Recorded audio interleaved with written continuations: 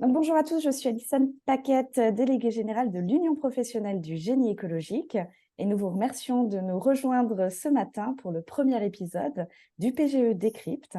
Le sujet du jour est la taxonomie verte européenne et biodiversité, et nous accueillons Joachim Lemery, notre expert du jour et gérant du cabinet conseil Supplément d'âme, pour aborder ce thème relativement complexe, mais très intéressant. Merci Joachim. La parole est à toi et tu peux librement attaquer ta présentation. Ok, merci. Juste pour confirmer, l'écran est bien partagé, c'est bon, tu as Oui, tout? c'est parfait. Ok, parfait. Et le son est ok. Eh bien, écoutez, merci à l'UPGE, merci à Alison de me donner la parole pour ce premier UPGE Décrypte. Et puis, bonjour à tous et à toutes. Je suis très heureux de vous retrouver en ligne ce matin, de si bon matin.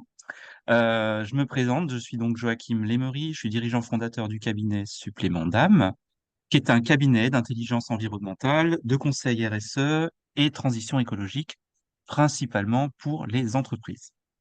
Alors, je suis très content de traiter d'un sujet pareil ce matin, taxonomie verte européenne et biodiversité, et ceci pour deux raisons. D'une part, parce que c'est un sujet qui établit une connexion tout à fait intéressante entre les activités économiques et la protection et la restauration de la nature. Et d'autre part, parce qu'il met en lumière une réglementation au cœur du projet européen, le Green Deal ou Pacte vert européen, qui vise à atteindre la neutralité climatique en 2050 et à protéger l'environnement des citoyens européens. Donc, je vous présente rapidement le déroulé de ce webinaire.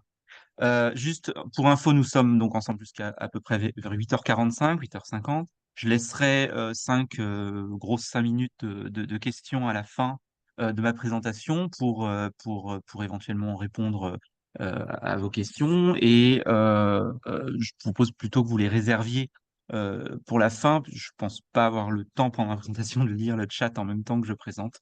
Donc, ça sera mieux plutôt à la fin. Je vais donc vous présenter rapidement la taxonomie verte, surtout de quoi il s'agit, on va dire la big picture, et puis comment ça fonctionne, ce que moi j'appelle la mécanique générale, avant de centrer la présentation sur le sujet qui est la biodiversité dans cette réglementation complexe en effet. Et puis vous aurez à la fin une takeaway avec des messages clés ou du moins les idées fortes de ma présentation, ce qui à mon avis est à retenir le plus. Alors en général, c'est vrai qu'on a plutôt une vague idée de quelque chose de complexe et d'une usine à gaz. Preuve en est, ces diverses illustrations qui se jouent un peu, qui se moquent un peu de ce dispositif européen qu'est la taxonomie. C'est pas faux, pour être très honnête, c'est très compliqué comme texte et comme principe.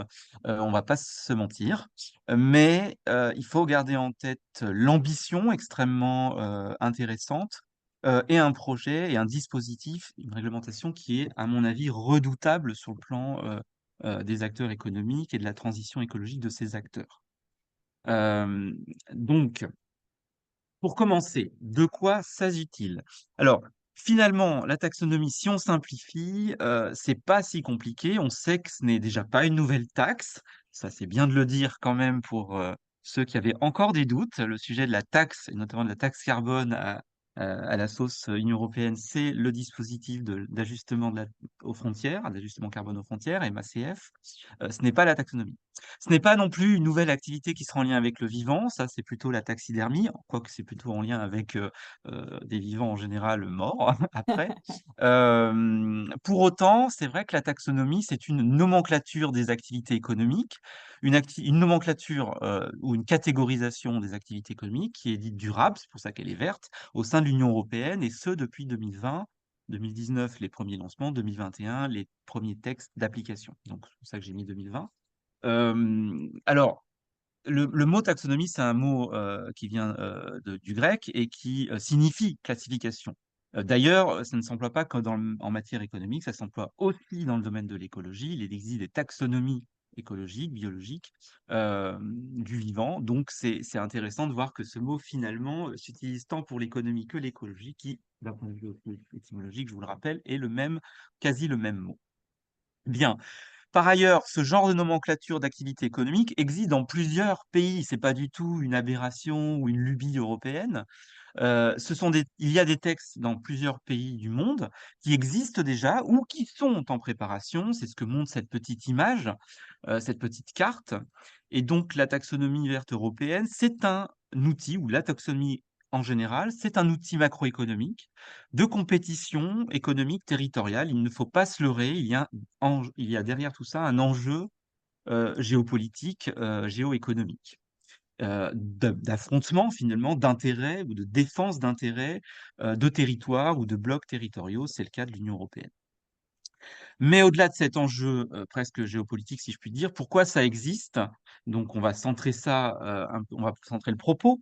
Ça existe parce que ça s'inscrit dans le vaste projet européen, donc du Green Deal, le pacte vert porté par la Commission européenne d'Ursula von der Leyen, qui vise à créer les conditions d'une société et d'une économie européenne durable avec l'objectif de la neutralité carbone en 2050, qui est un des objectifs supérieurs, mais aussi d'assurer un environnement sain et respectueux de la nature pour tous les citoyens européens.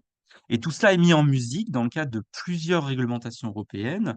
On peut en citer quelques-unes, le paquet Fit for 55, qui s'appelle Ajustement à l'objectif 55, 55 pour moins 55% d'émissions de gaz à effet de serre en 2030, ou encore la loi européenne sur le climat, ou bien les stratégies européennes pour l'adaptation au changement climatique, ou la biodiversité, ou l'économie circulaire, la stratégie européenne de la ferme à la table dans le domaine de l'agroalimentaire, etc., etc.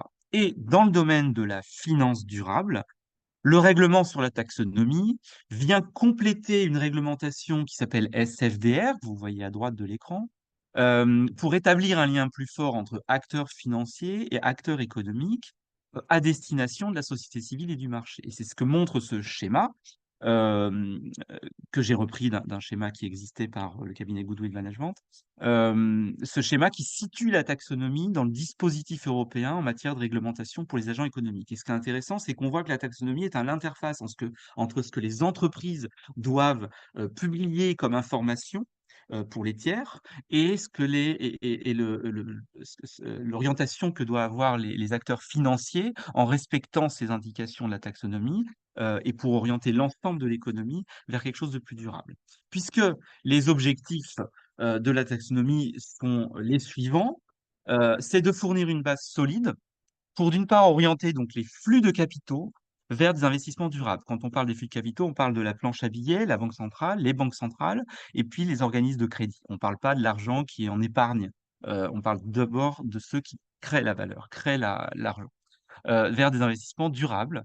Ensuite, il s'agit donc de favoriser la transparence et une vision long terme de l'économie. La transparence parce que tous les acteurs vont être soumis de la même manière, tous les acteurs économiques vont être soumis de la même manière et sur les mêmes informations, les mêmes types d'informations à délivrer. Donc c'est assez intéressant. Et sur du long terme, parce que la taxonomie, vous le verrez, projette en termes de niveau, de standards, projette les choses vers du long terme. Ensuite, ça permet d'aider les entreprises, les acteurs financiers en particulier, à gérer leurs risques liés au changement climatique et à la dégradation de l'environnement en maximisant leurs investissements vers des activités plus durables.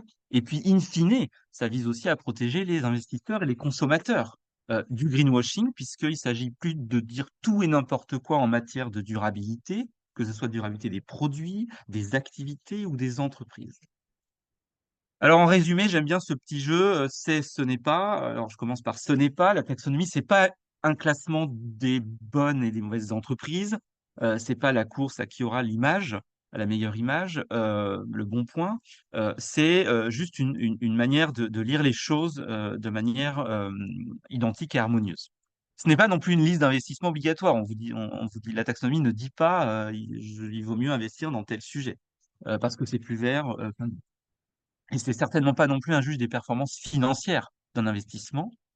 Bien au contraire, la taxonomie, c'est quelque chose qui est plutôt modulable et qui, en tout cas, qui permet d'avoir un langage commun, un dictionnaire, diront certains, de ce qu'est une activité durable, ouverte, avec une liste d'activités économiques très clairement screenées, regardées, et des critères appropriés en conséquence. C'est un outil qui est flexible, donc adapté à différents types d'investissements, mais qui est aussi dynamique et qui sera révisé dans le temps. Il ne faut pas considérer ce sujet comme entièrement gravé dans le marbre. Il va être évolutif. Il se base en permanence sur les meilleurs standards, comme je le disais, donc les meilleures avancées scientifiques, technologiques, industrielles, euh, et vont permettre d'enrichir régulièrement les critères de la taxonomie. Voilà globalement ce que c'est. Donc, j'ai pris un tout petit peu de temps pour vous détailler parce que c'est toujours important de reposer les choses en matière d'objectif général, surtout vu l'ambition de ce dispositif. Alors, maintenant, comment ça fonctionne concrètement? Bon, il faut savoir que la taxonomie ne couvre pas tous les secteurs économiques euh, euh, pour le moment, mais elle a été dirigée à dessein pour l'instant vers les secteurs les plus émissifs en termes d'émissions de gaz à effet de serre, modulo l'agriculture, ce qui est important à souligner, et ce qui représente à peu près plus de 70 activités économiques actuellement, un peu plus maintenant même, et représentant environ près des trois quarts des émissions de CO2 de l'Union européenne. Donc on voit bien ce sur quoi est concentrée la taxonomie à ce stade. Et l'idée est la suivante, c'est que chaque acteur économique, donc chaque entreprise, pour faire assez simple, doit évaluer la contribution de ses activités à 6 objectifs environnementaux qui sont atténuation et adaptation au changement climatique. Ces deux premiers objectifs sont appelés les objectifs climatiques. Et puis ensuite, l'utilisation durable de la protection des ressources aquatiques et marines, objectif eau. Un objectif plus orienté sur les économies de ressources, matériaux, et donc c'est la transition vers une économie circulaire. Un objectif qui porte sur la lutte et le contrôle des pollutions, eau, sol, air.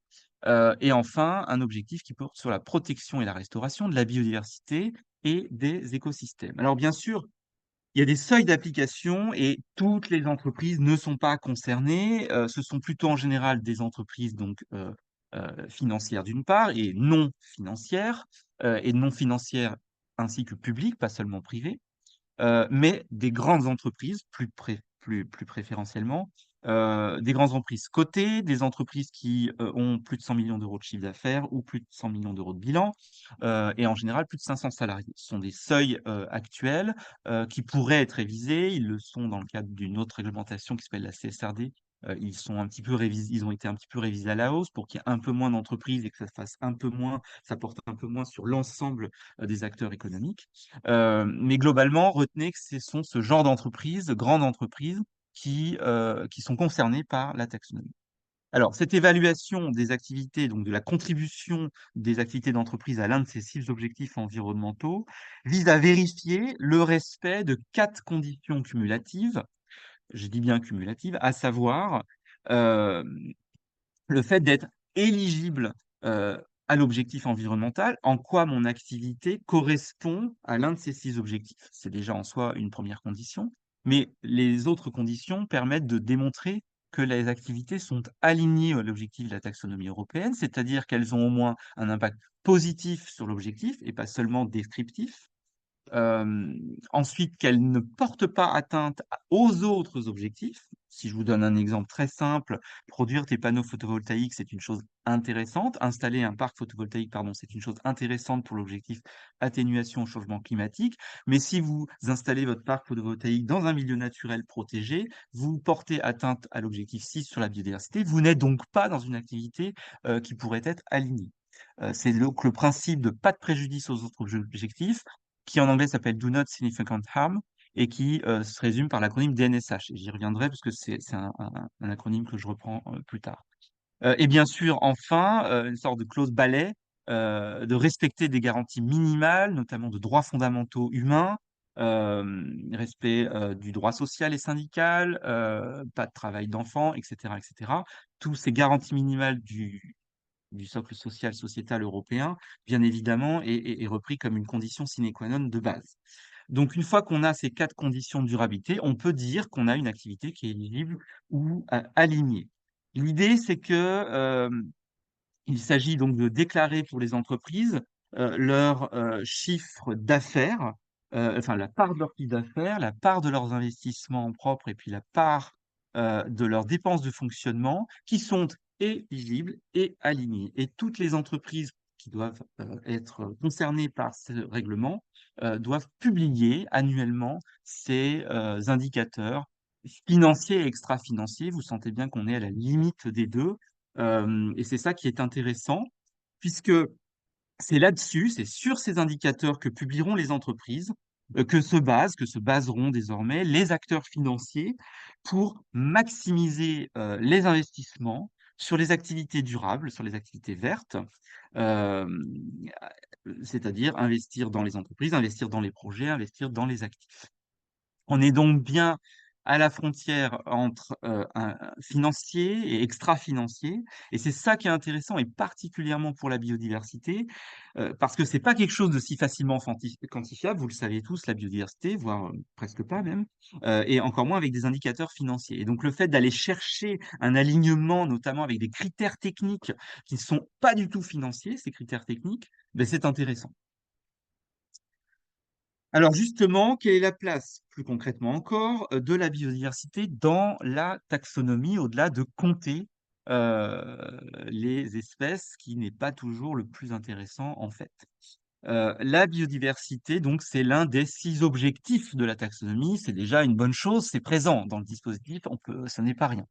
Mais tout comme les objectifs relatifs à l'eau, relatifs à l'économie circulaire ou relatifs aux pollutions, les textes européens ont été publiés très récemment sur la biodiversité et sur ces 3 autres objectifs. Très récemment, c'est-à-dire à l'été 2023, il y a quelques mois seulement.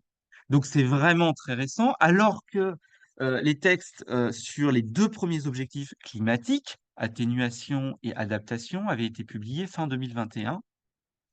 Donc, on peut dire, si on prend un peu de recul, qu'il y a eu comme un retard à l'allumage de la part de la Commission européenne en sortant d'abord des objectifs climatiques et en les rendant de fait prioritaires, ce qui était pour beaucoup d'acteurs totalement assumé, mais qui de fait posait un problème d'équilibre entre les sujets climat et les autres sujets, et donc donnait tordait un petit peu, ou attentait, on peut dire, à la vision systémique de l'environnement et plus généralement du développement durable. Alors ces choses rétablies cette année 2023 grâce au fait d'avoir l'ensemble des objectifs qui sont désormais bien posés et clarifiés, mais voilà, avec un petit peu de décalage et dans l'application et dans la prise en compte. Du coup, après de nombreuses péripéties dans la préparation de ces textes depuis la fin 2022, on peut dire que le tableau maintenant il est double. C'est plutôt un diptyque. On a un volet apparent, la biodiversité apparaît présente, et puis on a un volet sous-jacent où on peut trouver des éléments qui concourent à la protection de la biodiversité sans que ce soit affiché en tant que tel. C'est pour ça que j'ai illustré verre à moitié vide, verre à moitié plein. Et donc, je vais vous détailler ça. Alors, l'objectif biodiversité a été créé en intégrant concrètement seulement 2 activités. Ça semble vraiment peu, et voire peut-être même incongru pour la seconde d'entre elles, hôtellerie en milieu naturel. Mais en plongeant un peu plus dans les textes, on s'aperçoit que pour la première activité, les activités de conservation et de restauration, afin de maintenir ou d'améliorer l'état des habitats terrestres, eaux douces, marins, écosystèmes et populations d'espèces, on s'aperçoit quand même que c'est une activité finalement un peu chapeau, qui concerne de nombreuses sous-activités concrètes en réalité, et j'imagine que l'audience que vous êtes, travaillant sur les sujets de biodiversité au quotidien, voire à la fois en conception ou en réalisation concrète, vous imaginez bien ce que ça peut recouvrir. Et les critères techniques détaillant qu'est-ce qui est éligible et surtout qu'est-ce qui permet d'être aligné à cette activité sont assez précis et renvoient, je pense de manière assez évidente, à des activités variées d'ingénierie écologique, de conseils en matière écologie ou biodiversité plus largement, de génie écologique et de soins du vivant, que ce soit en milieu terrestre comme en milieu aquatique. Et donc, retenez que l'éligibilité, hein, cette activité vise surtout les activités de conservation in situ et pas ex situ. C'est une première exclusion. Tout ce qui relève des eaux, des jardins botaniques, des banques de semences n'est pas concerné. Et puis également les sujets de restauration pour aller vers un meilleur état écologique ou des meilleurs niveaux écologiques ou de santé écologique des milieux, des territoires. Je dois souligner à ce stade une exclusion importante qui concerne les compensations écologiques réglementaires. Si vous portez une activité concernant uniquement la compensation, que vous en ayez du chiffre d'affaires ou bien que ce soit un investissement, par exemple en tant que maîtrise d'ouvrage, vous ne pourrez pas la déclarer comme éligible et encore moins alignée au titre de cette activité. Pour autant, la compensation n'est pas pour autant oubliée, ça j'y reviendrai.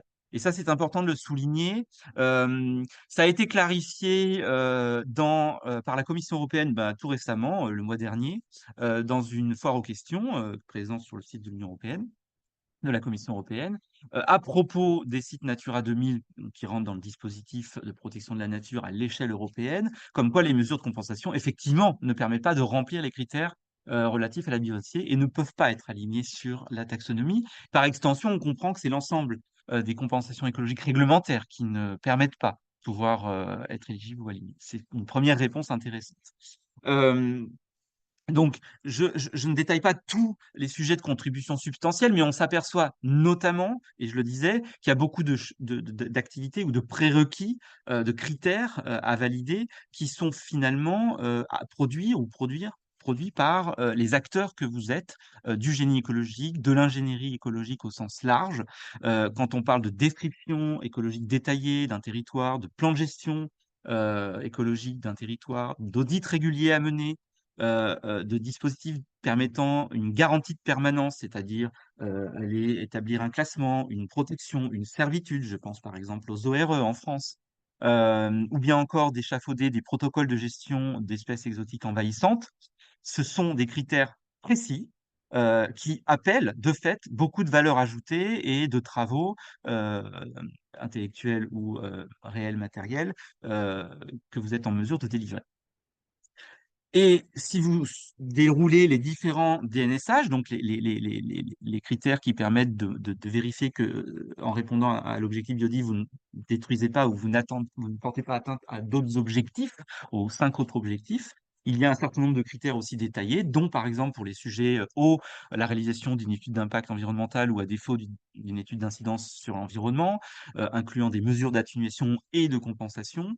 Voilà, si vous avez ce genre de choses réalisées, c'est intéressant. Si vous ne l'avez pas, ça peut poser problème sur l'alignement même de votre activité. C'est pas parce que vous avez une activité purement de conservation intéressante qui répond à l'éligibilité que vous pourrez être totalement aligné si, par exemple, ce critère-là n'est pas rempli.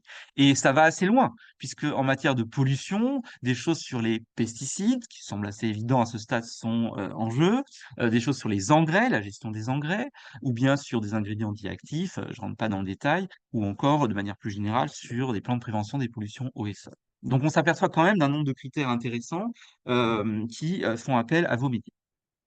J'avance un petit peu sur la deuxième activité qui est liée au séjour touristique dans les milieux naturels.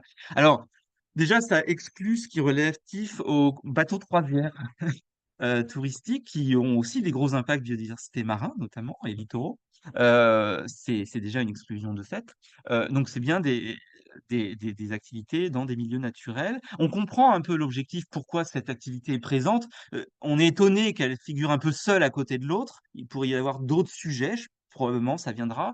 Mais bon, c'est déjà une première idée, on sent bien. Et on voit bien que les critères sont intéressants, puisqu'ils obligent le maître d'ouvrage ou celui qui réalise cette activité a signé un accord avec une organisation locale en charge de la sauvegarde du milieu dans lequel est implanté l'hôtel en particulier. Cet accord doit être une durée maximale, minimale pardon, de 5 ans, doit concerner l'achat de produits locaux, la sensibilisation des visiteurs, donc des touristes, à la biodiversité locale ou encore la proposition de visite d'espaces naturels payants. Et tout ça établi avec un critère quand même de chiffre d'affaires qui doit être reversé à l'organisation locale en charge de la sauvegarde. Ça doit être agrémenté d'un plan de conservation de la nature, lequel doit être révisé régulièrement par des audits. Donc, on comprend la logique. Là aussi, on voit bien qu'il y a des choses à faire pour les acteurs du milieu biodiversité, ceux qui sont dans ce business, et c'est intéressant. Alors ça, c'est ce qu'il y a en apparence, comme ça, de but en blanc. Je prends l'objectif biodi, je trouve ces deux activités. C'est un peu court, vous reconnaîtrez, parce que ça ne couvre pas tout. Mais en fait, on s'aperçoit qu'en sous-jacent, on a plusieurs autres activités qui relèvent de plusieurs autres objectifs, et pas de l'objectif biodiversité, mais qui peuvent concourir de manière indirecte à la protection et à la restauration de la biodiversité. Il y en a au moins 6 ou 7 activités et ensuite, il y a aussi ce que moi j'appelle une clause filet à travers justement ces fameux DNSH le fait de répondre, de concourir, de contribuer à l'atteinte d'un objectif, par exemple atténuation au changement climatique, mais de bien vérifier qu'en réalisant cette activité, je ne porte pas atteinte à la biodiversité. Cette clause filet, elle est fondamentale et finalement, elle permet d'aller valider quand même un principe général de protection de la nature qu'il faut souligner. Alors, je ne vais pas aller trop dans le détail, mais j'égrène quand même la diversité des activités qui sont concernées au titre des objectifs climatiques, atténuation et adaptation. On trouve trois grands types d'activités. Les activités qui relèvent de la protection de l'environnement, c'est dit comme ça, avec la restauration des zones humides. On aurait pu retrouver ça typiquement dans l'objectif biodiversité, mais en fait, il a été d'abord drafté dans l'objectif atténuation au changement climatique. Sans doute, c'est une manifestation du tropisme climat dans la rédaction des textes et dans le cadencement de la production des textes. Les textes climat ont d'abord été donnés et finalement, ils couvraient de manière plus large que les seuls sujets climatiques. Et c'est peut-être là qu'on peut voir un peu la vision systémique du dispositif. Peut-être demain, cette activité sera rangée plus dans la logique de l'objectif biodiversité, mais peu importe où ça se place, au final, on s'aperçoit quand même, à travers les critères d'éligibilité et d'alignement, que ce sont des choses très intéressantes pour le professionnalisme, les professionnels du milieu de la biodiversité, et que ça permet de donner et de valider un certain nombre d'activités et du professionnalisme. Donc, c'est tout à fait les activités favorisant le retour aux conditions d'origine des zones humides ou qui améliorent les fonctionnalités des zones humides. Vous vous y retrouvez probablement avec des critères d'alignement qui relèvent de la fabrication, de la production de plans de restauration, de l'analyse de bénéfices pour le climat, évidemment, et également, comme pour les sujets de biodiversité, les zones protégées, travailler sur la garantie de permanence, donc protection notamment. Et des audits réguliers, on retrouve un petit peu les mêmes principes, et ça, c'est intéressant. Sur une deuxième registre d'activité qui est la foresterie, on retrouve également la recherche d'une protection et d'une restauration de la biodiversité. Alors, sont éligibles des activités de réhabilitation et de restauration des forêts, y compris des reboisements et régénération naturelle après un phénomène extrême, la gestion des forêts au sens large et les forêts de conservation. Et on s'aperçoit que comme critère d'alignement, on a la réalisation, la production de plans de gestion de forêt ou d'instruments équivalents qui encouragent les pratiques respectueuses de la biodiversité et qui sont propices à l'amélioration des processus naturels des forêts. Et on voit bien que l'orientation de cette activité foresterie vise à conserver, à préserver un maximum les milieux naturels et pas seulement à produire du bois pour produire du bois. Et ces précisions étaient apportées dans la FAQ d'octobre dernier, d'octobre 2023, donc sont particulièrement intéressantes. Il y a eu énormément de questions de la part du secteur forestier sur l'application de la taxonomie pour leurs activités. Alors, ça se traduit concrètement par des choses assez évidentes, telles que la création de friches, la mise en place de zones tampons, de protection face aux masses d'eau, le maintien de bois morts d'une diversité ou d'un volume suffisant, la promotion de la régénération naturelle ou la diversification des essences d'arbres, etc., etc., ou encore éviter le tassement du sol, etc., etc. On comprend bien l'objectif vraiment écosystémique derrière. Je saute sur une activité qui est rangée dans l'objectif eau, protection de l'eau, et qui est toutes les activités en lien avec les solutions fondées sur la nature, luttant contre les inondations et les phénomènes de sécheresse. Ça semble évident. C'est rangé dans le titre de l'eau, ça aurait pu l'être au titre de l'adaptation ou au changement climatique. Bon, il y a des fois, c'est un peu compliqué, les choses se mélangent et encore une fois, il faut y voir la vision systémique qui est quand même portée, où que soit placée l'activité dans le dispositif. Et surtout, on s'aperçoit à travers la liste, des sujets, qui sont éligibles, au titre de cette activité. Ils sont très nombreux. C'est, une application des zones périurbaines, rurales et côtières. Ça va être du développement de végétation rivulaire, de la reconnexion d'une rive ou d'un lac avec la plaine d'inondation, la restauration de capacité de rétention des sols et des milieux, et donc des services écosystémiques, les reméandrages de cours d'eau, les suppressions de drains, la création de zones humides pour la rétention de l'eau, euh, le rétablissement de l'infiltration naturelle, la conservation de zones humides côtières, notamment par exemple mangroves et herbiers marins, ou encore le renforcement, la restauration de dunes, notamment les végétations dunaires. Donc, on voit bien l'ensemble des types de solutions écologiques, hydromorphologiques qui sont appelées et qui rentrent totalement dans cette activité avec comme contribution substantielle, je pense, des choses dont vous êtes coutumier lorsque vous portez ce genre de programme, qui sont d'identifier et de suivre des objectifs quantifiables dans le cadre de plans de gestion des risques inondations et ce à l'échelle d'un bassin hydrographique. Les co-bénéfices environnementaux de ce genre de solutions, par exemple, veiller à l'amélioration du bon état des eaux, ou encore porter un programme de monitoring et d'évaluation. Euh, voilà comment la biodiversité transpire, j'ai envie de dire, à travers les critères d'alignement d'un certain nombre d'activités qui ne sont pas rangées directement sous le registre de l'objectif biodiversité. Et je termine par toutes les activités constructives dans l'immobilier et les infrastructures. Par exemple, la construction de bâtiments, qui est une activité au titre de l'objectif atténuation au changement climatique, c'est l'activité 7.1. Euh, eh bien, alors, l'objectif même de l'activité, en soi, l'éligibilité, c'est je construis un bâtiment ou je rénove un bâtiment, par exemple. De même que pour les infrastructures, c'est je construis une infrastructure ou j'entretiens une infrastructure de transport, etc., etc. Donc, c'est pas dans l'éligibilité qu'on va retrouver des éléments de biodiversité. C'est uniquement dans les critères d'alignement et en particulier dans le DNSH biodiversité, où on va s'apercevoir qu'il est nécessaire et impératif d'avoir une évaluation des incidences sur l'environnement, ce DNSH qui est relatif aux évaluations environnementales, type étude d'impact ou étude d'incidence, se retrouve dans plusieurs activités de construction d'équipements, hein. Bien sûr, les voies ferrées, les voies routières, les aéroports, les constructions immobilières et également les infrastructures énergétiques. Donc, on comprend bien le lien entre finalement les actions de permitting, d'aller chercher des autorisations et le fait de valider cette activité dans le reporting taxonomique que les entreprises doivent faire. Alors, la FAQ de l'an dernier, de l'automne 2022, avait précisé qu'après une analyse, si une étude d'impact n'était pas obligatoire, n'était pas requise, par exemple en France, c'est le cas lorsque vous avez une étude cas par cas qui dit qu'à la fin de l'étude cas par cas, non, il n'y a pas besoin de réaliser une étude d'impact, eh bien le critère DNSH est réputé validé. Évidemment, on ne va pas être plus royaliste que le roi, donc ça se combine bien avec les différents droits nationaux, évidemment. Et je signale également que des plans d'action dits corporate à l'échelle d'une entreprise de l'ensemble de ses activités, et pas seulement du projet ou de la réalisation d'une seule activité, ces plans d'action peuvent démontrer, dans certains cas bien sûr, l'atteinte du DNSH. Il faut-il encore le prouver et que derrière ce soit validé par des vérificateurs. Et je rappelle juste que 137 entreprises ont déposé un plan d'action au titre du label Entreprise engagée pour la nature selon l'OFB. C'est à signaler parce qu'on peut trouver dans ces plans d'engagement, je pense, beaucoup de réponses, un certain nombre de réponses aux critères DNSH biodiversité.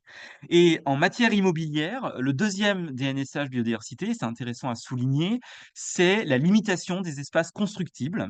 Euh, sur les terres arables, les terres de culture dont le niveau de fertilité du sol et de biodiversité souterraine est moyen à élevé, donc on comprend bien que plus on est sur des terres riches, plus c'est impossible, donc c'est ça qui est intéressant. A fortiori, les terrains vierges de haute valeur reconnus pour la biodiversité et terres servant d'habitat d'espèces menacées et qui figurent sur la liste rouge européenne. On s'en doute un peu, mais c'est mieux de l'écrire. Et c'est clairement stipulé donc pour les activités immobilières, c'est important, ou encore des terres répondant à la définition de la forêt établie dans la législation nationale. Alors, a priori, en France, ces conditions sont remplies par la réglementation, a priori, mais cela peut être prouvé ou des preuves peuvent être demandées au cas par cas, bien sûr, et notamment à travers les pièces qui figurent dans le permis de construire pour prouver que le bâtiment ou que l'ensemble immobilier n'est pas forcément construit sur un de ces trois types d'espaces.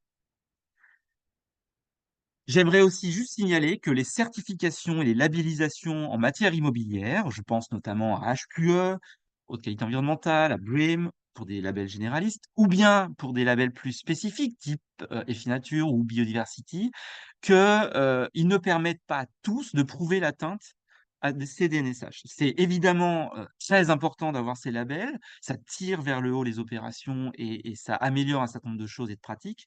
Attention, c'est pas parce que vous êtes labellisé que ça répond d'emblée aux critères d'NSH. Il faut un petit peu plus regarder dans le détail et je pense notamment aux aspects d'études écologiques, de diagnostic écologique de base, qui sont pas forcément complètement requis dans le détail ou pas comme il faudrait du point de vue de la taxonomie. Donc, c'est un point de vigilance qu'il faut avoir.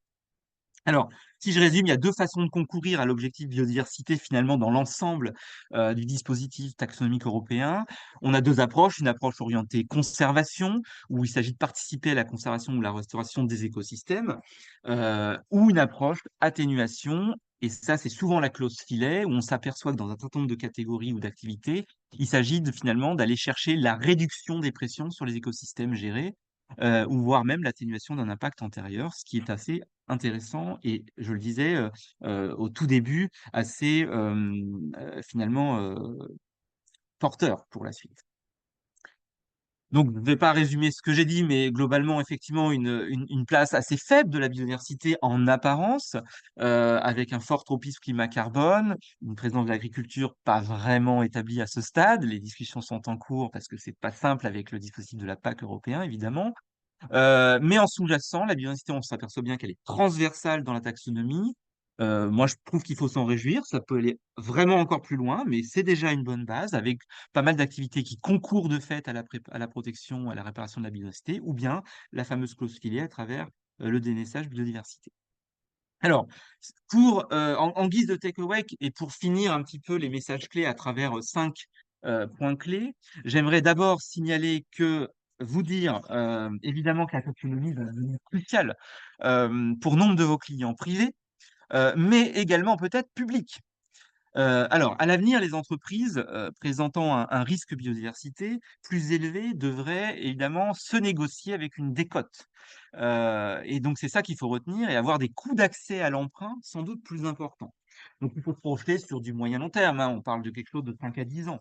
Et donc, c'est actuellement le cas. Une entreprise qui a une décote parce qu'elle a des mauvais scores ESG sur le plan donc, de la RSE, elle a éventuellement une décote dans un certain nombre de cadres de financement et donc elle va chercher à optimiser ou à améliorer ses scores. Ça va être pareil avec les indicateurs taxonomiques et c'est ça qui est intéressant. Il faut voir ça comme quelque chose de dynamique, une projection.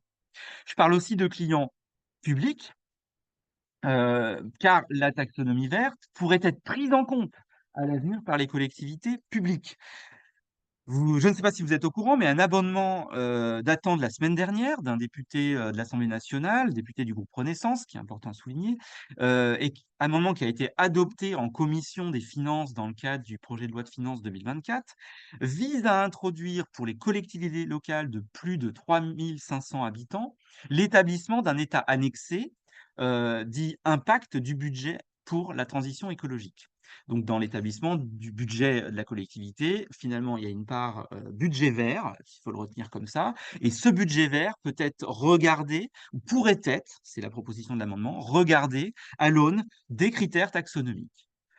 Donc, on s'aperçoit quand même que c'est pas totalement abscon ou uniquement pour le secteur économique privé, rien à voir avec le public. Et donc, comme je sais que dans le domaine de la biodiversité, la clientèle est double, hein, évidemment privée, mais aussi beaucoup publique, ça peut être intéressant d'avoir ça en tête à l'avenir.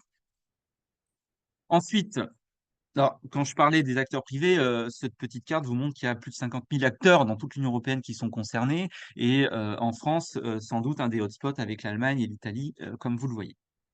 Alors, ensuite, vos propres prestations de bureau d'études en écologie, en biodiversité et vos travaux en génie écologique notamment concourent complètement, vous l'avez compris à travers ma présentation, à l'alignement des activités, des projets de vos clients ou des activités de vos clients.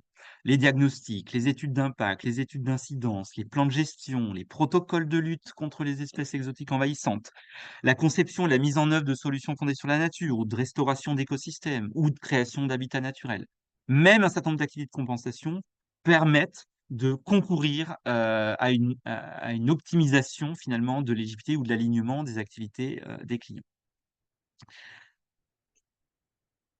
Pardon. Hop.